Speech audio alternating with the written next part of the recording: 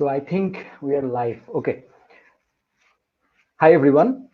Welcome to Skill Hub Presents Guided by a Mentor session. So আমার পরিচয় দিয়ে নিচ্ছি ফার্স্টেই। আমি হচ্ছি Sumit. I am the co-founder of Analyzen Bangladesh.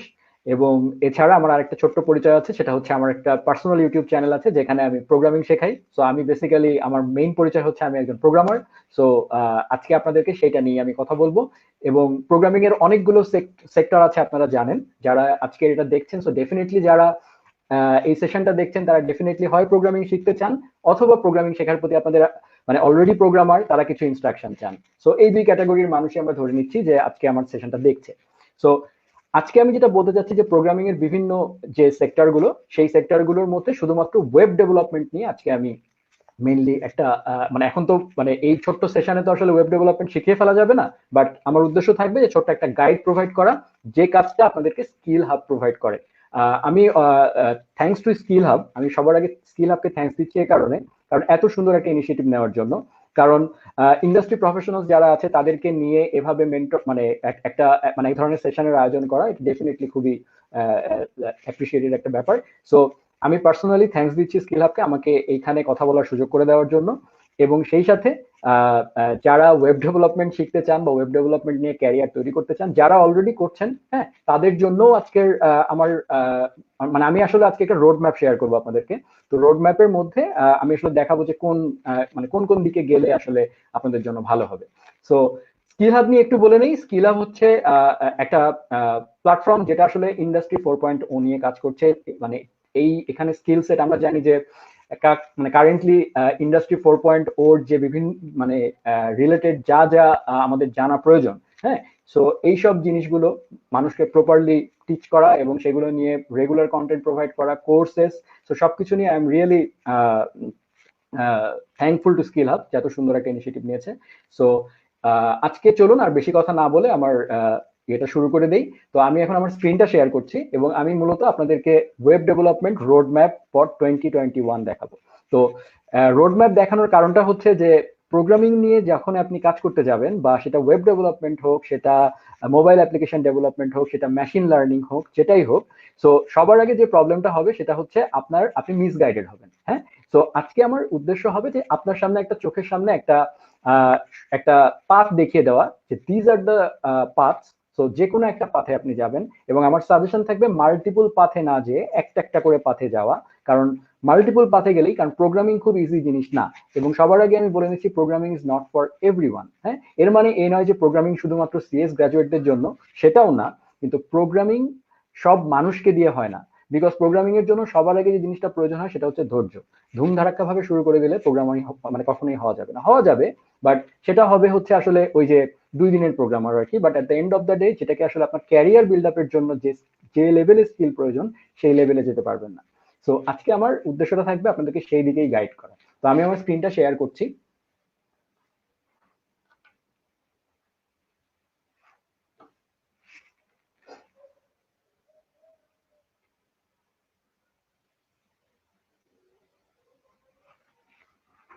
So আমি আপনাদের সামনে আজকে একটা মাইন্ড ম্যাপ মেইনলি দেখাবো। সো এই মাইন্ড ম্যাপটা আমি পরবর্তীতে সবার লাস্টে এটা লিঙ্ক আমি দিয়ে দিব। সো আপনারা পরে পেয়েও যাবেন। বাট আমি এখন একটা একটা করে এটা ডেসক্রাইব করছি আপনাদেরকে, যে আসলে কোন দিকে আপনারা যাবেন, কোথা থেকে শুরু করবেন, কিভাবে সবকিছু হবে। সো সবার আগে আপনার রোড ম্যাপে আপনার অনেকগুলো দিকে আপনি যেতে পারেন। একটা হচ্ছে ওয়েব ডেভেলপমেন্টে আপনি যেতে পারেন ফ্রন্ট এন্ডের দিকে।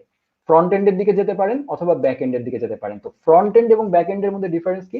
আমরা যখন কোনো ওয়েবসাইটে যাই, তখন সেই ওয়েবসাইটের যে চেহারাটা আমরা দেখতে পাই সেটা হচ্ছে ফ্রন্ট এন্ড। সো এই ফ্রন্ট এন্ড নিয়ে মানে যারা কাজ করতে চান তারা ফ্রন্ট এন্ড পাতে যেতে পারেন।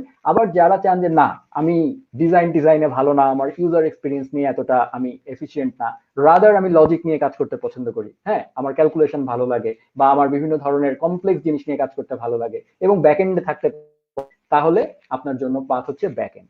আবার আপনি চাইলে দুইটা একসাথে শিখে ফুল স্ট্যাকেও চলে যেতে পারেন। সো আমি শুরু করছি ফ্রন্ট এন্ড পাথটা নিয়ে।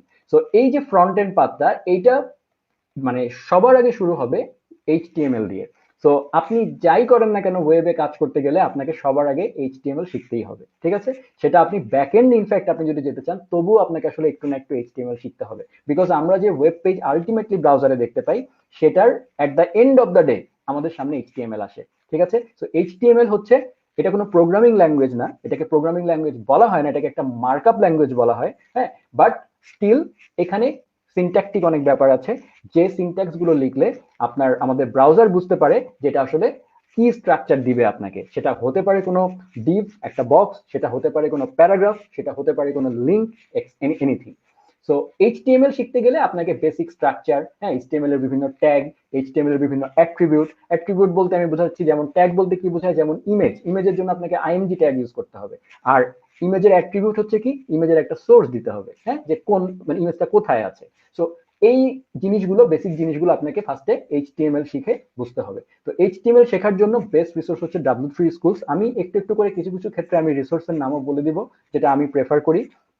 তো এবং মানে সেই সাথে যখন আমি রোড ম্যাপটা শেয়ার করব, তখন এখানে আপনারা লিঙ্কে ক্লিক করলেও আসলে পেয়ে যাবেন যে আমি কেউ কোন রিসোর্সটা সাজেস্ট করেছি। সো এনিওয়েজ, এইচটিএমএল শেখার পর আপনাকে, এরপরে আপনি মোটামুটি এইচটিএমএল যেই শিখে যাবেন, আপনাকে সাথে সাথে সিএসএস এ চলে যেতে হবে। কারণ এখন আমরা যে যুগে আছি, সেখানে আপনার শুধুমাত্র এইচটিএমএল দিলে আপনার ওয়েবসাইটের চেহারা খুবই বিচ্ছিরি হবে, খালি কিছু বক্স, বর্ডার এইসব দেখা যাবে। বাট সিএসএস লাগবে, যেটা আপনার ওয়েবসাইটকে খুব সুন্দর করবে। কারণ আমরা 2021 এর কথা বলছি, যখন ইন্ডাস্ট্রি কোথায় আছে বোঝেন, তো আপনার যে ওয়েবসাইট গুলো মানুষ দেখবে, দেখতে খারাপ হলে মানুষ ওয়েবসাইটে আসবেই না। তো ওয়েবসাইটকে সুন্দর করা, গুড ইউজার এক্সপিরিয়েন্স দেওয়ার জন্য সিএসএস হচ্ছে বেস্ট থিং। সো সিএসএস কি করে, সিএসএস হচ্ছে স্টাইলিং করে আপনার ওয়েব পেজকে। সো সিএসএস এর অনেকগুলো জিনিস আছে, আমরা বিশেষ করে সবাই খুব আমরা কথা বলি রেসপন্সিভ ডিজাইন নিয়ে। হ্যাঁ, responsive design is control by CSS. ঠিক আছে, সো সিএসএস একটা সময় ছিল শুধুমাত্র কিছু কালার টালার এসব নিয়ে, বাট এখন সিএসএস অনেক মডিফাইড হচ্ছে। সিএসএস নিয়েও আসলে ভালো কাজ, যদি আপনি যদি শুধুমাত্র এইচটিএমএল এবং সিএসএস অত্যন্ত বস লেভেলে পারেন, আপনার সামনে যাওয়ারই দরকার নাই। আমি বলছি, কারণ অ্যাজ এ ইন্ডাস্ট্রি প্রফেশনাল আমি বলছি, শুধু ভালো রেসপন্সিভ সিএসএস এবং এইচটিএমএল নিয়ে কাজ করে ওয়েব পেজ বানাতে পারে এরকম লোকের সংখ্যা বাংলাদেশে খুব কম আছে। ঠিক আছে, যখন আমরা সত্যিকার অর্থে স্কিল খুঁজতে যাই তখন পাই না। হ্যাঁ, সবাই মনে করে আরে দূর, সিএসএস তো খুব সহজ, এইচটিএমএল তো খুব সহজ, বাট স্কিলড, হ্যাঁ, মানে ধামাধাম দু একটা পেজ বানায় ফেলাটাকে আসলে স্কিল বলা হয় না।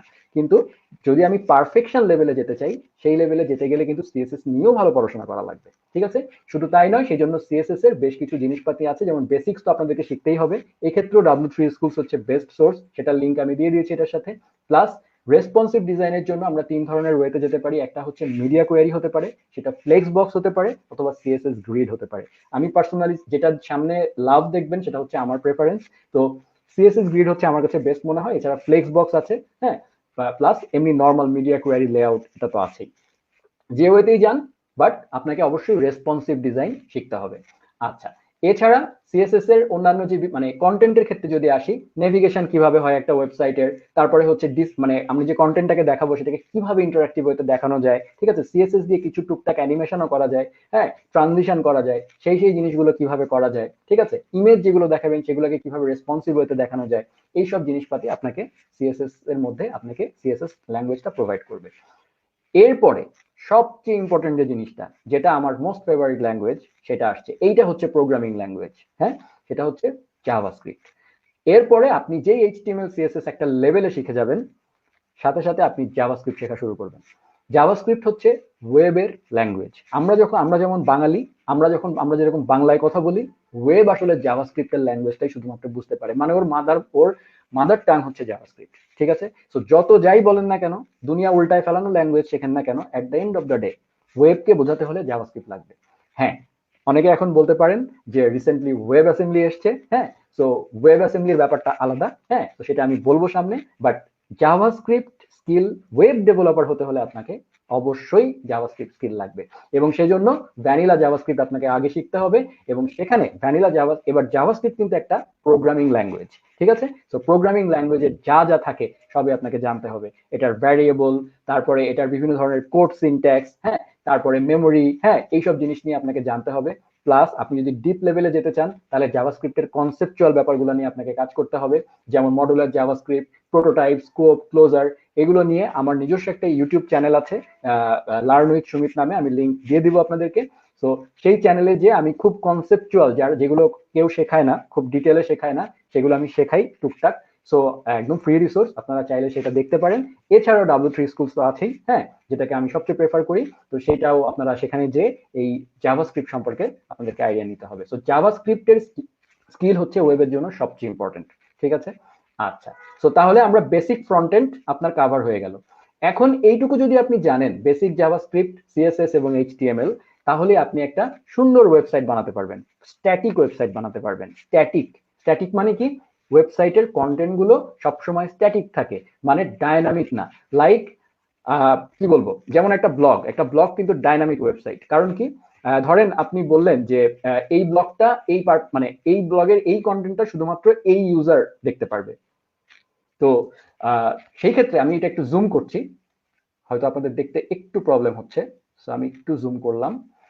ওকে, সো যখনই কোনো স্ট্যাটিক ওয়েবসাইটের কথা যেটা বলছিলাম, যে স্ট্যাটিক ওয়েবসাইট এবং ডাইনামিক ওয়েবসাইটের তফাৎ হচ্ছে ডাইনামিক ওয়েবসাইট ইউজারের উপর বেস করে কন্টেন্ট চেঞ্জ করতে পারে, ঠিক আছে? যেমন একটা ব্লগ আপনি ধরে নিলেন যে আপনি চাচ্ছেন যে আপনার ব্লগটা হচ্ছে প্রাইভেট ব্লগ, সো সেখানে অমুক ইউজার অমুক কন্টেন্ট দেখতে পারবে। সো এরকম যদি কেস হয়, সেই ক্ষেত্রে সেটাকে বলা হয় ডাইনামিক ওয়েবসাইট।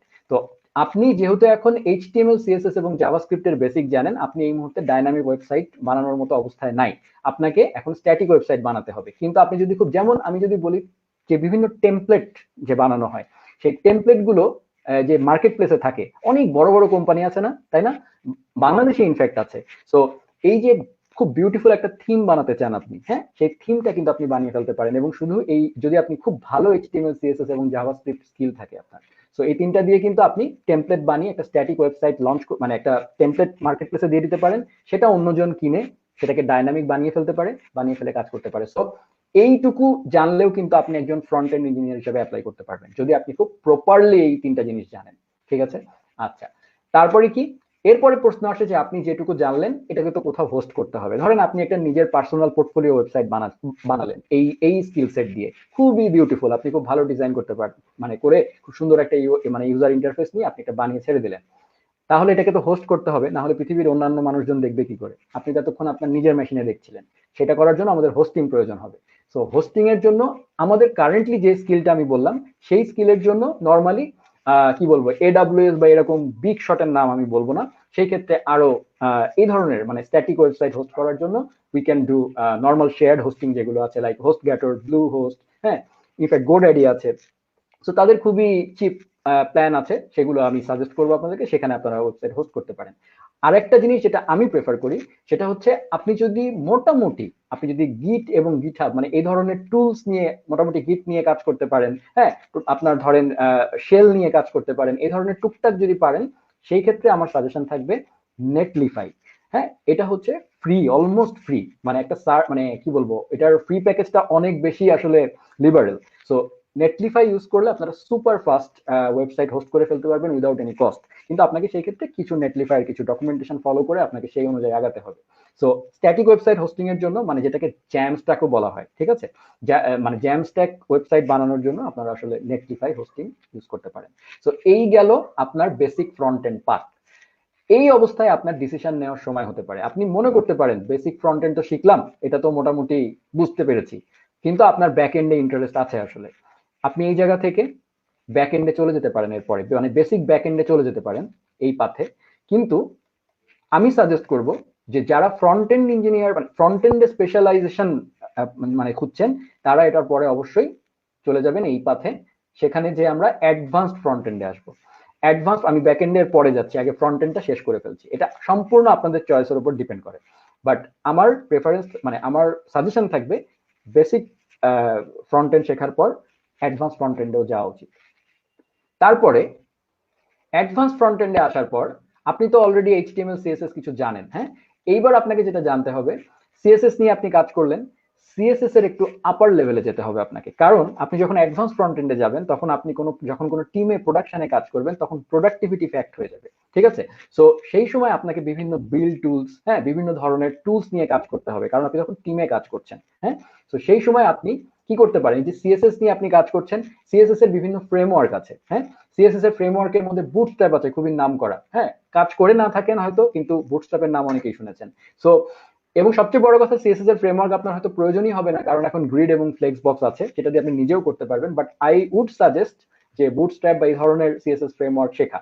তো কারেন্টলি আমার ফেভারিট হচ্ছে টেইলউইন্ড সিএসএস, যেটা খুবই মানে এটা relatively new but is very powerful. হ্যাঁ, একটু ডিফারেন্ট সিনট্যাক্স। যারা বুটস্ট্র্যাপ নিয়ে কাজ শুরু করেননি, যারা বুটস্ট্র্যাপ অলরেডি শেখা শুরু করেননি, তাদেরকে আমি সাজেস্ট করব টেইলউইন্ড সিএসএস শেখার জন্য, হুইচ ইজ অসাম। এছাড়া বালমা নামে আরেকটা আছে, ম্যাটেরিয়ালাইজ আছে, হ্যাঁ, এরকম অসংখ্য সিএসএস ফ্রেমওয়ার্ক আছে। এবং সবচেয়ে যে জিনিসটা আমি সাজেস্ট করব এখানেও, সিএসএস হোক আর যে কোনো জায়গায় হোক, ওয়েবে এত বেশি অপশন আছে, এত বেশি ডাইনামিক একটা এরিয়া, শেখার এত বেশি স্কোপ এবং এত বেশি অপশন, যে আপনাকে বিভিন্ন মানুষ বিভিন্ন দিকে ডাইভার্ট করবে। যে মানুষটা টেইলউইন্ড সিএসএস নিয়ে মজা পায়, সে আপনাকে বলবে টেইলউইন্ড ইজ বেস্ট। যে বুটস্ট্র্যাপ নিয়ে মজা পায়, সে বলবে বুটস্ট্র্যাপ ইজ বেস্ট। আসলে প্রত্যেকটা ফ্রেমওয়ার্কের নিজস্ব নিজস্ব কিছু বেস্ট জিনিস আছে। সবাই কোনোটাই 100% সবকিছু নিয়ে বেস্ট না, ঠিক আছে? তো আপনার পার্সোনাল চয়েসটা হচ্ছে ইম্পর্টেন্ট। আপনি যে কোনো একটা পাথ ফলো করবেন এবং সেটা 100% শিখবেন, that is the most important thing. So এই জন্য, কারণ ওয়েবে আসলে আপনি সবার আগে যেটা হবেন কনফিউজড হতে হতে হতে হতে হতে দেখবেন 1 বছর চলে গেছে, আপনি কিছু শিখতে পারেন। সবকিছুর মধ্যে একটু একটু করে হাত দিয়ে রেখেছেন, কোনোটা শেষ হয়নি। সো আমি এখানে লাভ দিয়ে রেখেছি, মানে এটা আমার পার্সোনাল প্রেফারেন্স, এর মানে এই নয় যে আপনাকে সেটা ফলো করতে হবে, সেটা একটা কথা। তো সিএসএস ফ্রেমওয়ার্ক জানলেন। এছাড়া সিএসএস এর বিভিন্ন প্রি কম্পাইলার্স আছে, যেমন স্যাস, হ্যাঁ, তারপরে লেস, এগুলো আছে। তো স্যাস শেখাটা অনেক ক্ষেত্রে জরুরি হয়, কারণ সিএসএস নিয়ে যারা এক্সটেন্সিভ লেভেলে কাজ করতে চান, তারা সিএসএস কে যদি ডাইনামিক্যালি করতে চান, লাইক সিএসএস এর মধ্যে আপনি কিছু ভ্যারিয়েবল দিতে চান, হ্যাঁ, সিএসএস এর কালার, ধরেন আপনি একটা সিএসএস দিয়ে ডিজাইন করেছেন, পুরো সাইটের থিম হচ্ছে ব্লু, সাইটে অনেক কিছু আছে ব্লুইশ, হ্যাঁ, এখন আপনাকে ক্লায়েন্ট বলে দিল, ভাই আমার কোম্পানির লোগো চেঞ্জ হয়ে গেছে, এবার কিন্তু লাল বানাতে হবে সাইটকে। তো আপনি কি এখন বসে বসে সবগুলোতে আপনাকে জায়গায় জায়গায় গিয়ে গিয়ে হাজার হাজার সিএসএস লাইনের মধ্যে কালার কোড চেঞ্জ করতে হবে? সেটা না করে যদি আপনি একটা ভ্যারিয়েবল ইউজ করতে চান, যে না আমার কিছু ভ্যারিয়েবল, কিছু কালার কোডস আছে, সেই কোডসগুলো সেই কোডগুলো আসলে আমরা ইয়ে করতে চাই, কি বলবো, ডাইনামিক্যালি আমরা ভ্যারিয়েবলের মাধ্যমে সেট করতে চাই, সেটা করার জন্য আমরা স্যাস ইউজ করতে পারি, ঠিক আছে? আচ্ছা, সম্ভবত আমি রিকোয়েস্ট পাচ্ছি যে এটাকে আরো জুম করতে, যদি আমার মেশিনে আসলে অনেক জুম দেখাচ্ছে। তো এনিওয়েজ, তো গেল, তারপরে হচ্ছে ফ্রেমওয়ার্ক গেল, সিএসএস এর বিভিন্ন জিনিসপাতি গেল। এবার হচ্ছে আমরা বিল্ড টুল নিয়ে কথা বলতে পারি। বিল্ড টুলের মধ্যে, ফ্রন্ট এন্ডের বিল্ড টুলের মধ্যে, ওই যে আগেই বললাম, গিট এবং গিটহাব, এটা হচ্ছে সবচেয়ে মোস্ট ইম্পর্টেন্ট স্কিল। হ্যাঁ, তো এটা আসলে প্রোগ্রামারদের জন্য লাগবেই। প্রোগ্রামারদেরকে আর কোনো টুল আপনার জীবনে থাকুক বা না থাকুক, যতদিন প্রোগ্রামার হিসেবে কাজ করবেন, গিট এবং গিটহাব আপনার সাথে থাকবে, ঠিক আছে? তো এটা হচ্ছে শেখাই লাগবে।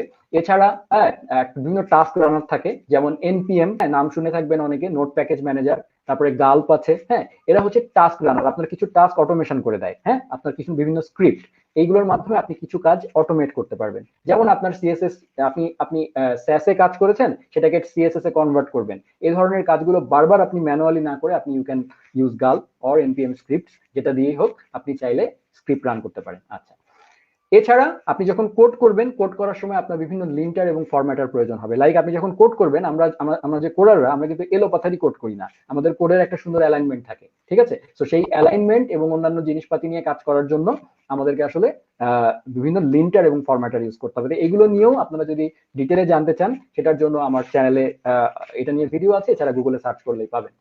তো এটা তো আছেই। আচ্ছা, সেই লিন্টার এবং ফরম্যাটারের মধ্যে সবচেয়ে পপুলার হচ্ছে ইএসলিন্ট, এবং ফরম্যাটারের মধ্যে সবচেয়ে পপুলার হচ্ছে প্রিটিয়ার।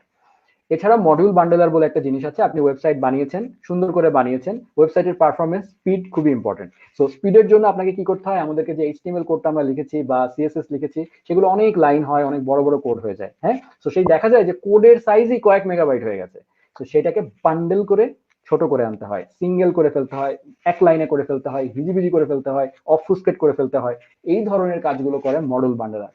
আমি কাজ করব ঠিকঠাক আমার মতো, আমি হিউম্যানলি দেখবো সব ঠিকঠাক, ফাইনালি যখন প্রোডাকশনে দিব তখন আমি বান্ডেল করে দিয়ে দিব, ঠিক আছে? সিম্পল। তো এই ধরনের বান্ডেলারের মধ্যে ওয়েব প্যাক আছে, পার্সেল আছে। আমি পার্সোনালি পার্সেল লাইক করি। সো এনিওয়ান, ওয়েব প্যাক সবচেয়ে পপুলার, আপনারা চাইলে ওয়েব প্যাক ইউজ করতে পারেন। ওকে, সো এটা গেল হচ্ছে মোটামুটি ফ্রন্ট এন্ডের এইটুকু একটা অ্যাডভান্স লেভেলের টুলস নিয়ে বললাম। এবার হচ্ছে সবচেয়ে ইম্পর্টেন্ট ফ্রন্ট এন্ডের ব্যাপার, সেটা হচ্ছে ফ্রেমওয়ার্ক। আপনাকে ফ্রন্ট এন্ডে, একটা সময় ছিল যখন ফ্রন্ট এন্ড ডেভরা কমিউনিটিতে খুবই ছোট ফিল করতো নিজেদেরকে, যে আমরা শুধু ডিজাইন নিয়ে কাজ করি। But JavaScript is a language যেটা আসলে ফ্রন্ট এন্ড ফ্রেমওয়ার্ককেও আসলে এই উপরে নিয়ে গেছে। কিছু কিছু ক্ষেত্রে ফ্রন্ট এন্ড ইঞ্জিনিয়ারের বেতন ব্যাক এন্ড ইঞ্জিনিয়ারের থেকে বেশি, যদি if you are a very good front end engineer. So সেইখানে যে রোলটা প্লে করে আসলে, সেটা হচ্ছে আপনার ফ্রেমওয়ার্কের উপরে দক্ষতা। সো আপনি জাভাস্ক্রিপ্টের খুবই পপুলার অসংখ্য ফ্রেমওয়ার্ক আছে, বাট সবচেয়ে পপুলার ফ্রেমওয়ার্ক হচ্ছে রিঅ্যাক্ট জেএস, যেটা is actually developed by Facebook. ফেসবুকের যে ওয়েবসাইটটা আমরা দেখি সেটা রিঅ্যাক্ট জেএস এ বানানো। তারা তাদের নিজস্ব সিস্টেমে একটা প্রোগ্রামিং ল্যাঙ্গুয়েজ ঠিক বলবো না, জাভাস্ক্রিপ্টেরই একটা লাইব্রেরি এটা। সো এই লাইব্রেরিটা তারা তৈরি করেছে নিজেদের ওয়েবসাইট বানানোর জন্য, বানানো হয়ে গেছে, এখন কমিউনিটিতে কিছু দেওয়ার জন্য তারা এটাকে ওপেন সোর্স করে দিয়েছে। Now React JS we can use that, এবং আমরা তাদের ওই টেকনোলজিটা ইউজ করে, লাইব্রেরিটা ইউজ করে আমরাও ফ্রন্ট এন্ড বানাতে পারি, ঠিক আছে। So which is very performant. এবং রিঅ্যাক্ট ছাড়াও আরো অপশন আছে, ভিউ আছে, ভেল্ট আছে, অ্যাঙ্গুলার আছে। Angular is owned by Google, Svelte is not on, Svelte or Vue এই দুইটা তেমন একটা বড় কোনো কোম্পানি ব্যাক করে না, but Vue is very popular, ঠিক আছে। So Vue.js can be a very good choice. এটাও আমি বলবো যে রিঅ্যাক্ট অর ভিউ যে কোনো কিছু আপনারা নিতে পারেন। সাথে এখন কানে বাতাস দিচ্ছে হচ্ছে Svelte। So Svelte relatively new, but আমার এবং খুবই ভালো একটা কি বলবো লাইব্রেরি, হ্যাঁ, বাট এটাকে আমি লাইব্রেরি বলবো না। Svelte is kind of a compiler, হ্যাঁ। সো এটা বেসিক্যালি, এটা এই ডিটেলে আমি এখন যাচ্ছি না, কারণ কম্পাইলারের ডিটেলসে গেলে আসলে ভাই আজকের এটা অনেক বড় হয়ে যাবে। বাট যদি ডিসিশন মেকিং এর কথা বলেন, আমি বলবো যে ডিসিশন মেকিং এর সময় কয়েকটা জিনিস important. Not only performance is the fact, আপনার কয়েকটা ফ্যাক্ট কাজ করে। যেমন একটা হচ্ছে ডেভেলপার ফ্রেন্ডলিনেস। ডেভেলপার ফ্রেন্ডলিনেস সবগুলাই, প্রত্যেকটাই ডেভেলপার ফ্রেন্ডলি। এরপরে যেটা কাজ করে, সবচেয়ে যেটা ইম্পর্টেন্ট জিনিস কাজ করে, পারফরমেন্স, সেটাও মোটামুটি সবগুলোর সেম, হ্যাঁ। যদিও বেল্ট আমি বলবো সবচেয়ে পারফরমেন্ট, কিন্তু একটা জায়গায় গিয়ে আপনি যে জায়গাটা ইম্পর্টেন্ট সেটা হচ্ছে কমিউনিটি সাপোর্ট। রিঅ্যাক্ট অনেক দিন ধরে আছে, plus React is backed by Facebook, এবং they are constantly competing with Angular, so বা ভিউ। সো তারা চাচ্ছে যেভাবেই হোক তাদের রিঅ্যাক্টটাকে পপুলার করতে। So Facebook is continuously upgrading React এবং সবসময় ভ্যালু অ্যাড করছে। সো যার কারণে, এবং সেই সাথে রিঅ্যাক্টের বিশাল একটা কমিউনিটি তৈরি হয়েছে। রিঅ্যাক্ট ইজ লাইক কি বলবো ফ্রেমওয়ার্কের মানে, এবং আমরা যদি স্ট্যাক ওভারফ্লো এর অ্যানালাইসিস দেখি সেখানেও আমরা দেখবো যে রিঅ্যাক্ট সবচেয়ে বেশি ইউজ হয়।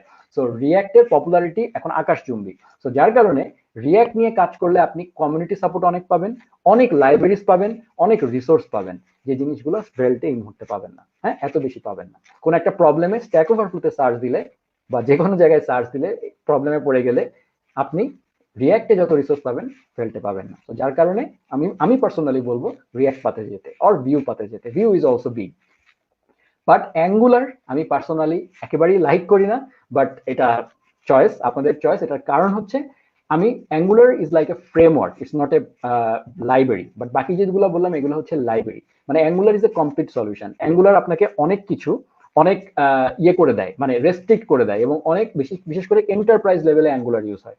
সো এবং এটা অ্যাঙ্গুলারের পপুলারিটি যদি আপনারা দেখেন সেটা একটু কমে যাচ্ছে, কারণ হচ্ছে বিকজ অফ ইটস, এটা একটু হার্ড। কিন্তু এর মানে এই নয় যে অ্যাঙ্গুলার খারাপ, খুবই পারফরমেন্ট, খুবই ভালো, বাট একটু হার্ড এবং অনেক স্ট্রিক্ট।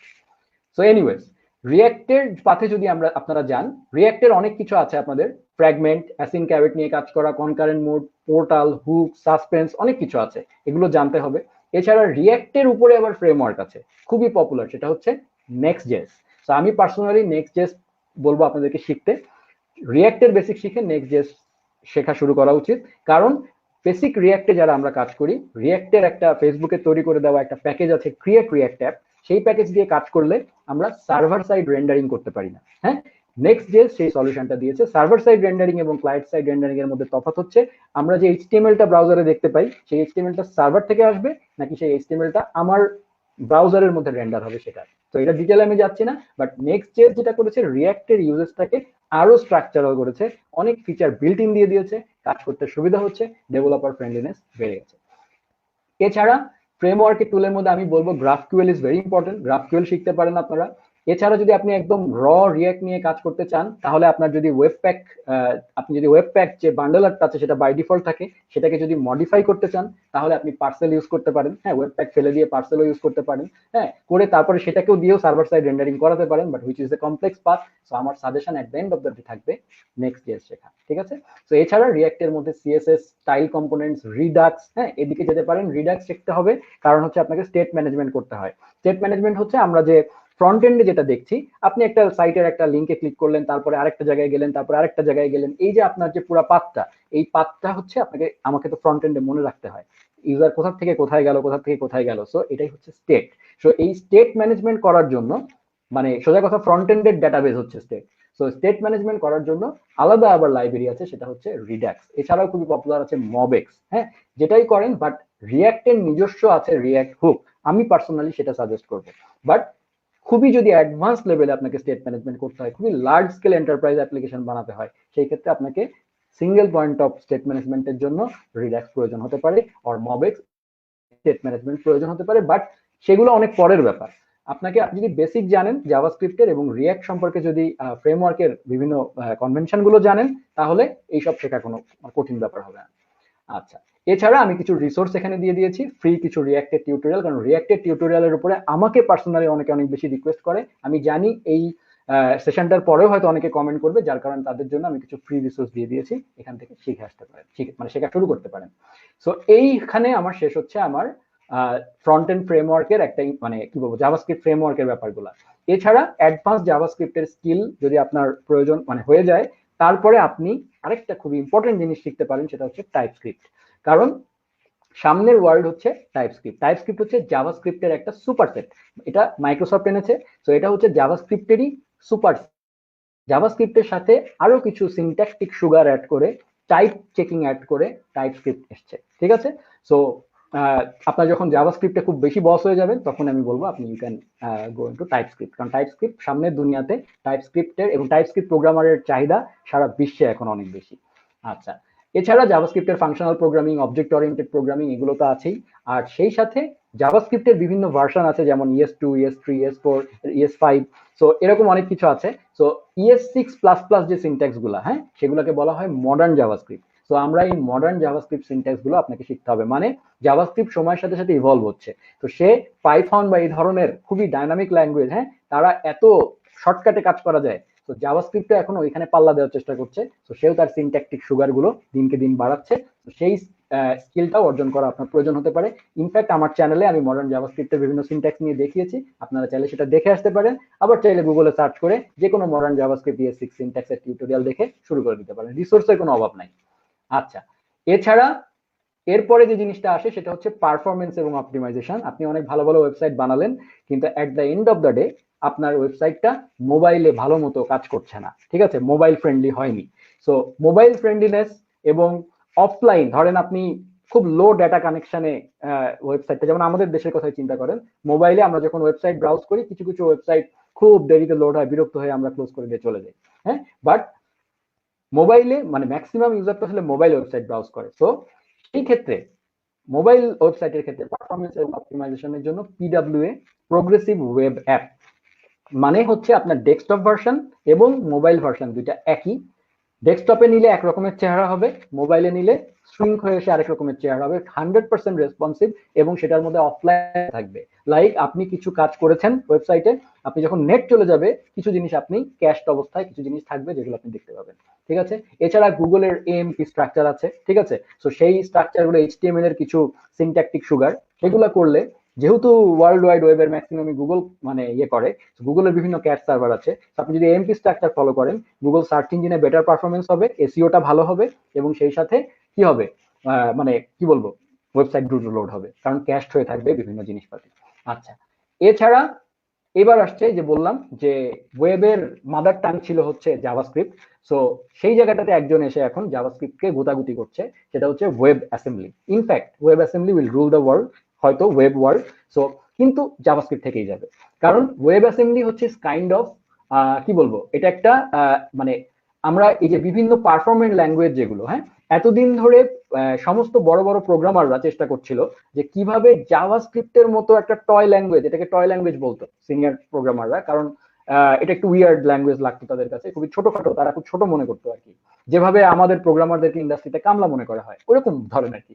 সো এনিওয়েজ, তো ওই যে মানে ওয়েবের যে প্রোগ্রামিং ল্যাঙ্গুয়েজ জাভাস্ক্রিপ্ট, সে যেহেতু ওই জায়গাটা দখল করে আছে, তো বাকিদের খুব ইচ্ছা যে না ওই জায়গাটায় যাবে, কিন্তু তাদেরকে তো আসলে at the end of the day জাভাস্ক্রিপ্টেই কম্পাইল হতে হয়। মানে আমরা যতই সিতে কাজ করি না কেন, অন্যান্য হাই পারফরমেন্ট ল্যাঙ্গুয়েজে কাজ করি না কেন, at the end of the day ওয়েবকে চেনাতে হলে কিন্তু জাভাস্ক্রিপ্টই লাগতো।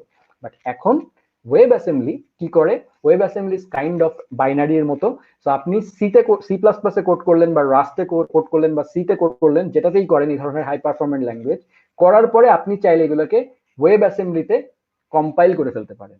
এই ওয়েব অ্যাসেম্বলিটা ব্রাউজার এখন বুঝতে পারবে, ম্যাক্সিমাম ব্রাউজার অলরেডি এখন সেটা বুঝতে পারে।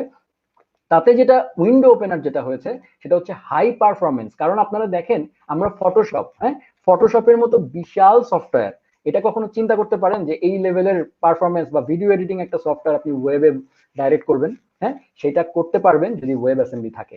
কারণ তখন আপনি এরকম হাই পারফরমেন্ট ল্যাঙ্গুয়েজ দিয়ে আসলে ওয়েব মানে আপনি কম্পাইল করে ওয়েব অ্যাসেম্বলিতে নিতে পারবেন এবং সেটা ব্রাউজারে কাজ করবে। সো এনিওয়েজ, এইটা হচ্ছে অনেক পরের স্টেপ। আপনি যদি এইসব দিকে বাকিগুলোতে বস হয়ে যান, তারপরে আপনি খুবই হাই পারফরমেন্ট কিছু করতে গেলে you can learn web assembly. Anyways, তো এইখানে আমার ফ্রন্ট এন্ড জার্নি শেষ হচ্ছে মোটামুটি। এবার আমি চলে যাব, ধরেন আপনার ফ্রন্ট এন্ডের আপনি বিশাল বড় ফ্রন্ট এন্ড গুরু অলরেডি হয়ে গেছেন, কিন্তু এইবার কাজ হচ্ছে, ধরেন আপনার মনে হইলো যে না, জীবনের আরো মাত্র আপনি খুব ট্যালেন্টেড, আপনি মাত্র 5 বছরে এই সব কিছু কভার করে ফেলেছেন। এবার তারপরেও আমি বলবো আপনি একটা বস, কারণ 5 বছরে এত কিছু কভার করা সম্ভব না। তো এনিওয়েজ, তারপরে যদি আপনার মনে হয় জীবনে আরো অনেকদিন বেঁচে থাকবো, তো আরো অনেক কিছু শিখতে চাই, আমি ফুল স্ট্যাক হব, তাহলে আপনি ব্যাক এন্ড পাতে যেতে পারেন। ব্যাক এন্ড পাতে গেলে আপনার প্রথম যে জিনিসটা লাগবে সেটা হচ্ছে কোন ল্যাঙ্গুয়েজ শিখবেন আপনি, সেই ডিসিশন নিতে হবে। হাজারটা আমি পার্সোনালি দিনে মনে হয় কমপক্ষে 100টার উপরে কোশ্চেন রিসিভ করি, ভাই কোন ল্যাঙ্গুয়েজ দিয়ে শুরু করবো ব্যাক এন্ড। তো ব্যাক এন্ড ল্যাঙ্গুয়েজের মধ্যে আসলে কোন ল্যাঙ্গুয়েজ দিয়ে শুরু করবেন সেটার যদি আপনি ডিসিশন নিতে চান, তাহলে এখানেও ওই ফ্যাক্টর গুলো কাজে আসবে যে আপনি আসলে কি করতে চাচ্ছেন সেটা। আপনার যদি উদ্দেশ্য হয় যে আপনি ওয়েবসাইট বানাবেন, আপনি মোটামুটি ভালো ওয়েবসাইট বানাবেন, পারফরমেন্ট ওয়েবসাইট বানাবেন, তাহলে আপনার মশা মারতে খুব বেশি বড় কামান রাখতে হবে না, লাইক ওয়েব অ্যাসেম্বলি, হ্যাঁ, তারপরে মানে গো, হ্যাঁ, মানে এরকম বড় বড় ল্যাঙ্গুয়েজে যেতে হবে না। We have some other option, হ্যাঁ, দোজ আর রিয়েলি গুড। তো সেগুলা কি? সেগুলো হচ্ছে, যদি আপনি যেহেতু ফ্রন্ট এন্ড থেকে আসছেন, সো সবচেয়ে আমার প্রেফারেবল সলিউশন হচ্ছে যে আপনি ফ্রন্ট এন্ড থেকে আসছেন মানে আপনি জাভাস্ক্রিপ্ট জানেন। সো জাভাস্ক্রিপ্ট একটা সময় শুধু ফ্রন্ট এন্ডে কাজ করতো, বাট 2009-এর পর থেকে জাভাস্ক্রিপ্ট সার্ভারেও কাজ করে। So it's kind of a beautiful language যে আপনি শুধুমাত্র বাংলা জানেন। চিন্তা করে দেখেন তো, আপনি যখন ধরেন বাঙালি, সো আপনি বাংলা ল্যাঙ্গুয়েজে কথা বলেন, এখন আপনি জাপান যাবেন, হ্যাঁ, জাপানে গিয়ে যাওয়ার আগে আপনাকে জাপানিজ শিখতে হবে, রাইট? ঠিক আছে, তারপর আপনাকে জাপানে ঢুকতে হবে। যদি এমন হতো জাপানিজরা বাংলা বুঝতো, আপনি কোন দুঃখে জাপানিজ শিখতে যেতেন বলেন তো? শিখতে যেতেন না। So JavaScript is kind of that, যে যারা ফ্রন্ট এন্ড নিয়ে শুরু করেন, এইচটিএমএল সিএসএস এগুলো শিখেছেন, জাভাস্ক্রিপ্ট শিখেছেন, তারা যদি চান ব্যাক এন্ডে যেতে, তাদের এক্সট্রা কোনো ল্যাঙ্গুয়েজ শেখার দরকার নাই, জাভাস্ক্রিপ্ট আপনি শিখলেই হবে। জাভাস্ক্রিপ্টের থেকে আপনি যেটা করতে পারেন, জাভাস্ক্রিপ্টের একটা রান টাইম হচ্ছে নোড.জেএস, যেটা সার্ভার সাইডে রান করে। তো সেটা আপনি শিখতে পারবেন। সিনট্যাক্স, নতুন কোনো সিনট্যাক্স শেখা লাগবে না, সিনট্যাক্স সব সেমই থাকবে, এনভায়রনমেন্টটা চেঞ্জ হবে।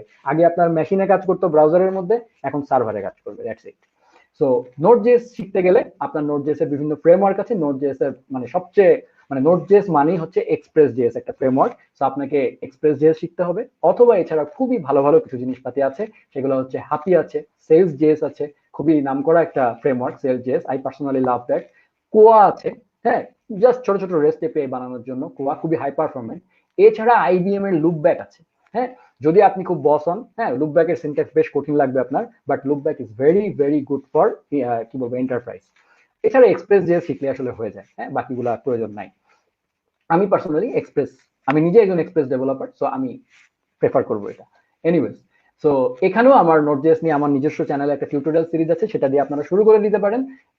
এটা তো গেল। আর এছাড়া নোড.জেএস এর টিউটোরিয়াল ইন্টারনেটে অভাব হবে না, হাজার হাজার আছে, সো আমি সেগুলোও হয়তো লিঙ্ক দিয়ে দিব।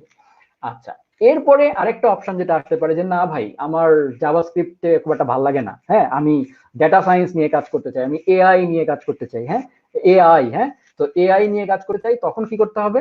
পাইথনের দিকে যাইতে হবে। কারণ আপনি প্রথম কথা হচ্ছে, পাইথন হচ্ছে এমন একটা ল্যাঙ্গুয়েজ যেটা অনেকটা হিউম্যানের কাছাকাছি, খুব হাই লেভেল ল্যাঙ্গুয়েজ, মেশিন থেকে অনেক দূরে। তো যার কারণে প্রথম কথা হচ্ছে সে মেশিন থেকে অনেক দূরে, তার মানে তার পারফরমেন্স কম্পারেটিভলি কম হবে সি সি প্লাস প্লাস এর থেকে, কিন্তু সে খুবই কি বলবো, সিনট্যাকটিক ব্যাপারগুলো খুব ইজি। সো একজন বাচ্চাও আসলে পাইথন শেখা শুরু করতে পারবে, কারণ সিনট্যাক্স গুলো আসলে খুব হিউম্যান ফ্রেন্ডলি। সো আপনি পাইথন ওয়েতে যেতে পারেন, এদিকে গেলেও আপনার কোনোদিন পিছনে ফিরে তাকাতে হবে না। You can rule the world with Python, যেভাবে আপনি you can also rule the world with JavaScript. So পাইথনে গেলাম, পাইথনে যাওয়ার পরে যদি আপনি ওয়েবের পাইথন দিয়ে ওয়েবসাইট বানাতে চান, জ্যাঙ্গো ফ্রেমওয়ার্ক আছে, পাইথনের প্লাস ফ্রেমওয়ার্ক আছে, যে কোনো একটা শিখলেই চলবে। এছাড়া লাভ যদি বলি ওয়েবের, সেটা হচ্ছে পিএইচপি। এখনো ওয়ার্ল্ডের সবচেয়ে highest number of websites PHP তে চলে। এটার ফুল credit goes to WordPress. So আসলে এটা পিএইচপির ক্রেডিট না, এটা ওয়ার্ডপ্রেসের ক্রেডিট, যে ওয়ার্ল্ডের maximum website 30% of the web আমার মনে currently runs on WordPress. So WordPress, এবং এই ওয়ার্ডপ্রেসের কারণেই যেটা হয়েছে সবাই ওয়েব ডেভেলপমেন্টকে খুব সহজ মনে করে, ঠিক আছে। But WordPress is actually A CMS, content management system, it's not a framework. এটা হচ্ছে আপনাকে একটা সিএমএস দিয়ে দিয়েছে কন্টেন্ট ম্যানেজ করার জন্য, আপনি এটা ইউজ করছেন, করে আপনি মার্কেটে বলে বেড়াচ্ছেন I M a big web developer, which is not right. আপনি আসলে একজন কন্টেন্ট ডেভেলপার তখন। সো এই জন্যই আমি বলছি। কিন্তু হ্যাঁ, এর মানে এই নয় যে আমি ওয়ার্ডপ্রেস ডেভেলপারদেরকে ছোট করছি। ওয়ার্ডপ্রেসের যদি আপনি রুট লেভেলে কাস্টমাইজেশন শুরু করেন, তাহলে you are a good developer. সেই ক্ষেত্রে আপনাকে পিএইচপি জানতে হবে খুব ভালো মতো। এবং ওয়ার্ডপ্রেস দিয়ে আমি নিজে পার্সোনালি 5-6 বছর ওয়ার্ডপ্রেস নিয়ে কাজ করেছি, আমার ক্যারিয়ার শুরু হয়েছিল ওয়ার্ডপ্রেস দিয়ে। সো আমি জানি ওয়ার্ডপ্রেসকে কোন লেভেলে নিয়ে যাওয়া যায়, ঠিক আছে। আর এখন তো ওয়ার্ডপ্রেস একেবারে আরো পারফরমেন্ট হচ্ছে, আরো ভালো হয়েছে।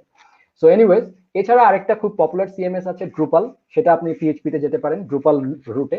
এছাড়া যদি পিএইচপি নিয়ে আপনি সারাটা জীবন চলতে চান, তাহলে আমি বলবো লার্ন লারাভেল। লারাভেল হচ্ছে আরেকটা জিনিস যেটা ওয়ার্ল্ডে মানে কি বলবো সবচেয়ে পপুলার ফ্রেমওয়ার্কের একটা।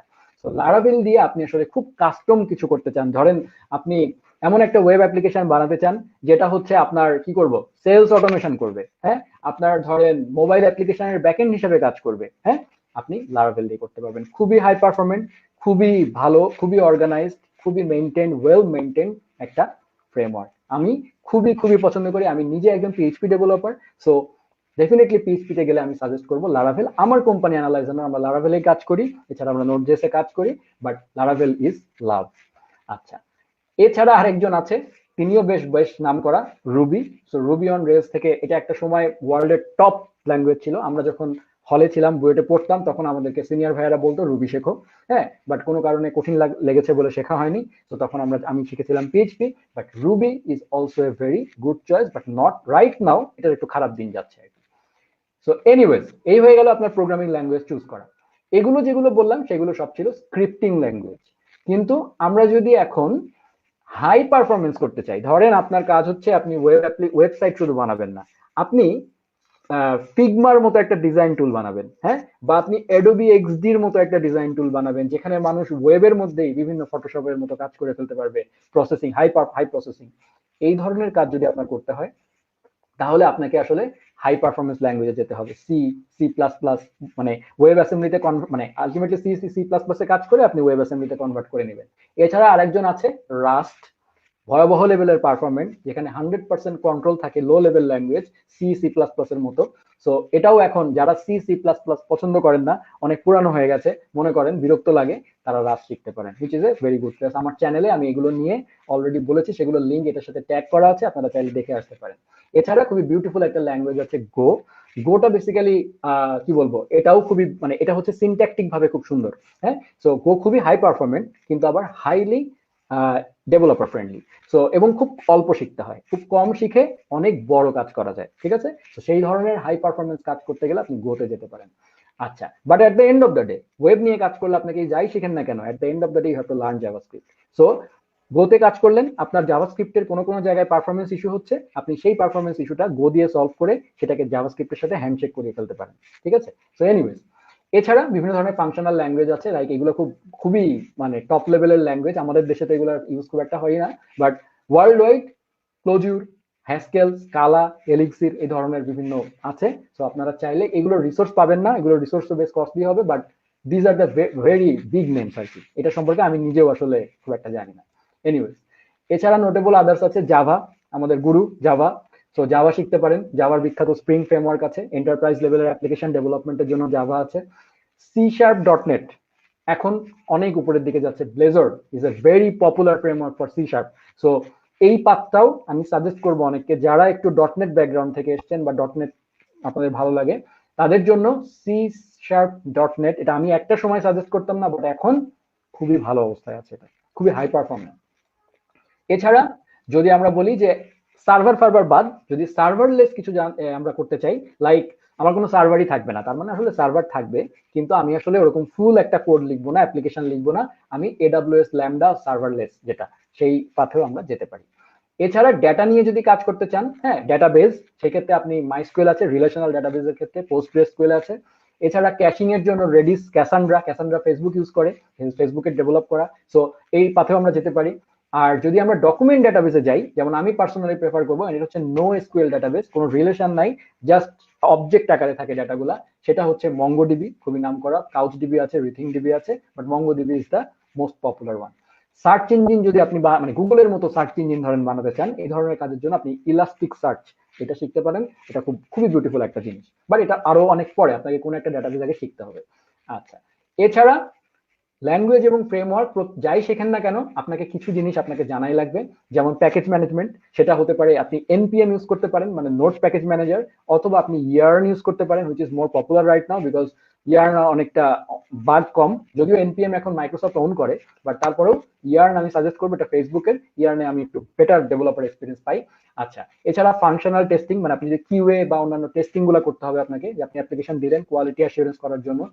রেস্টফুল এপিআই, গ্রাফকিউএল এপিআই, এগুলো আপনার লাগবে, কারণ আপনি যখন এপিআই বানাবেন, আপনি একটা মোবাইল অ্যাপ্লিকেশন বানাচ্ছেন, আপনার একটা ব্যাকএন্ড আছে, সো আপনাকে কমিউনিকেট করতে হবে। এই কমিউনিকেশন চ্যানেল হচ্ছে হয় আপনি রেস্টফুল এপিআই এর মাধ্যমে করবেন, বা রেস্ট এপিআই এর মাধ্যমে, বা গ্রাফকিউএল এপিআই এর মাধ্যমে। এগুলো কিন্তু সব ল্যাঙ্গুয়েজের জন্য কমন টার্মস। এনিওয়েজ, তারপরে সিকিউরিটি বেস্ট প্র্যাকটিসেস বিভিন্ন ধরনের আছে। ওয়েবের সিকিউরিটি নিয়ে অনেক বেশি অরিড থাকে সবাই, তো সেগুলো তো ডেফিনেটলি আপনাকে জানতে হবে। অথেন্টিকেশন, অথরাইজেশন, মানে লগ ইন, এবং অথরাইজেশন হচ্ছে যে কাকে আপনি কার কন্টেন্ট কোনটা সেটা দেখাবেন, এবং কার কতটুকুতে পারমিশন আছে সেটা ঠিক করবেন। সো এগুলো মেনটেন করার জন্য আপনি OAuth 2 বা JWT টোকেন বেস যে কোনো কিছু একটা করতে পারেন।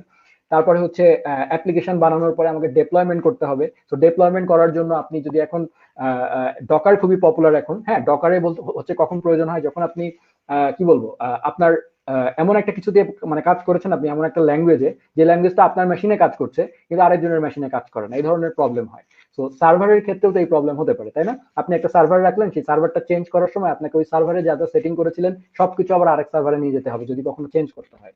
তো ডকার যেটা করে, আপনার পুরো জিনিসটাকে একটা কি বলবো কন্টেইনারের মধ্যে ঢুকিয়ে ফেলে, প্ল্যাটফর্ম ওএস টোএস সব শুদ্ধা, হ্যাঁ, ভার্চুয়াল একটা এনভায়রনমেন্ট তৈরি করে, এবং সেটা শুদ্ধ আপনি নিয়ে জাস্ট সিঙ্গেল কমান্ডে, সিঙ্গেল স্ক্রিপ্ট লিখে আপনি এক টানে সবকিছু নিয়ে যেতে পারবেন, এবং সবকিছু তৈরি হয়ে যাবে। তো ডকারের জিনিসটা শেখাটাও আসলে দরকার। এছাড়া ওয়েব সকেট আছে। ওয়েব সকেট হচ্ছে আপনি যদি রিয়েল টাইম কাজ করতে চান, লাইক আমরা যখন ফেসবুকে মেসেঞ্জারে কিছু লিখি, হ্যাঁ, সাথে সাথে কিন্তু আপনি ব্রাউজারে লিখলেন, আপনার মোবাইলেও চলে আসছে। So it's kind of peer to peer connected. তো এই ধরনের কাজ করার জন্য আপনি ওয়েব সকেট নিয়ে কাজ করতে পারেন। এছাড়া ডেটা ম্যানেজমেন্টের জন্য ওয়ারএম আছে, হ্যাঁ। সো এইগুলা মেইনলি হচ্ছে আপনাকে জানতে হবে। আর এই তো মোটামুটি ব্যাকএন্ডের জার্নি। আচ্ছা, আর সিএমএস এটাও বলে ফেলেছি, ওয়ার্ডপ্রেস, জ্যাঙ্গো, এগুলো সব বলে ফেলেছি। সো আমার ব্যাকএন্ডের ইয়েটাও শেষ। এবার যদি আমি আবার এখানে ফেরত যাই আমার ওয়েব ডেভেলপমেন্ট রোডম্যাপের, এর পরের কাজ হচ্ছে যদি আপনি ডেস্কটপ অ্যাপ্লিকেশন বানাতে চান। কেন আপনারা বলতে পারেন যে আপনি ওয়েব ডেভেলপমেন্ট নিয়ে রোডম্যাপ বলছেন, সেখানে ডেস্কটপ অ্যাপ্লিকেশন কেন আসলো? কারণ হচ্ছে এক ঢিলে দুই পাখি মারা যায় এখন, সেই কারণে, ঠিক আছে, ফাঁকি দেওয়ার জন্য। তো এর কারণ হচ্ছে যে আপনি যদি জাভাস্ক্রিপ্ট জানেন, দেন আপনি ডেস্কটপ অ্যাপ্লিকেশনও বানাতে পারবেন উইথ ইলেকট্রন জেএস। ঠিক আছে, ইলেকট্রন হচ্ছে আরেকটা ফ্রেমওয়ার্কের মতো, যেটা দিয়ে আমরা কি বলবো জাভাস্ক্রিপ্ট ইউজ করে আমরা ডেস্কটপ অ্যাপ্লিকেশন বানাতে পারি। হ্যাঁ, যেমন কিছু এক্সাম্পল হচ্ছে ভিজুয়াল স্টুডিও কোড, যেটা আমরা মাইক্রোসফটের ডেভেলপ করা code editor, most popular code editor right now. স্ল্যাকের ডেস্কটপ ভার্সন, ফিগমার ডেস্কটপ ভার্সন, টুইচ, ডিসকর্ড, এগুলো সব কিন্তু ইলেকট্রন জেএস দিয়ে বানানো। তো মানুষ এখন কি করে, ওই একটা ল্যাঙ্গুয়েজ দিয়ে সুবিধা হয় আর কি, ডেভেলপার খরচ কমে যায়, তো যার কারণে ইলেকট্রন জেএস ইউজ করে ডেস্কটপ অ্যাপ্লিকেশনের কাজগুলো করে ফেলতেছে সবাই। আচ্ছা, আর এছাড়া মোবাইল অ্যাপ্লিকেশনের কথাও আমি সেম ভাবে বলবো, কারণ জাভাস্ক্রিপ্ট জানলে মোবাইল অ্যাপ্লিকেশন আপনি বানায় ফেলতে পারবেন। কিভাবে? কর্ডোভা ইউজ করে নর্মাল ট্র্যাডিশনাল ওয়েতে ওয়েব ভিউ, মানে আপনি একটা ওয়েবসাইটই বানিয়েছেন, সেই ওয়েবসাইটটাই একটু অ্যাপের মধ্যে আপনি সুন্দর করে অ্যাপ্লিকেশন আকারে বান্ডেল করে দিয়ে দিতে পারবেন কর্ডোভার মাধ্যমে, কিন্তু ব্যাকএন্ডে আপনার এইচটিএমএল সিএসএস জাভাস্ক্রিপ্টে কাজ করবে। আচ্ছা, আর এছাড়া আছে অপশন রিঅ্যাক্ট নেটিভ আছে। আপনি যদি রিঅ্যাক্ট ডেভেলপার হন, তাহলে আপনি ডেফিনেটলি রিঅ্যাক্ট নেটিভ পাথে যাবেন, কারণ আপনাকে নতুন কোনো ফ্রেমওয়ার্ক শিখতে হচ্ছে না, এটাও ফেসবুকের ডেভেলপ করা, ওয়েল মেইনটেইন এবং হাই পারফরমেন্ট।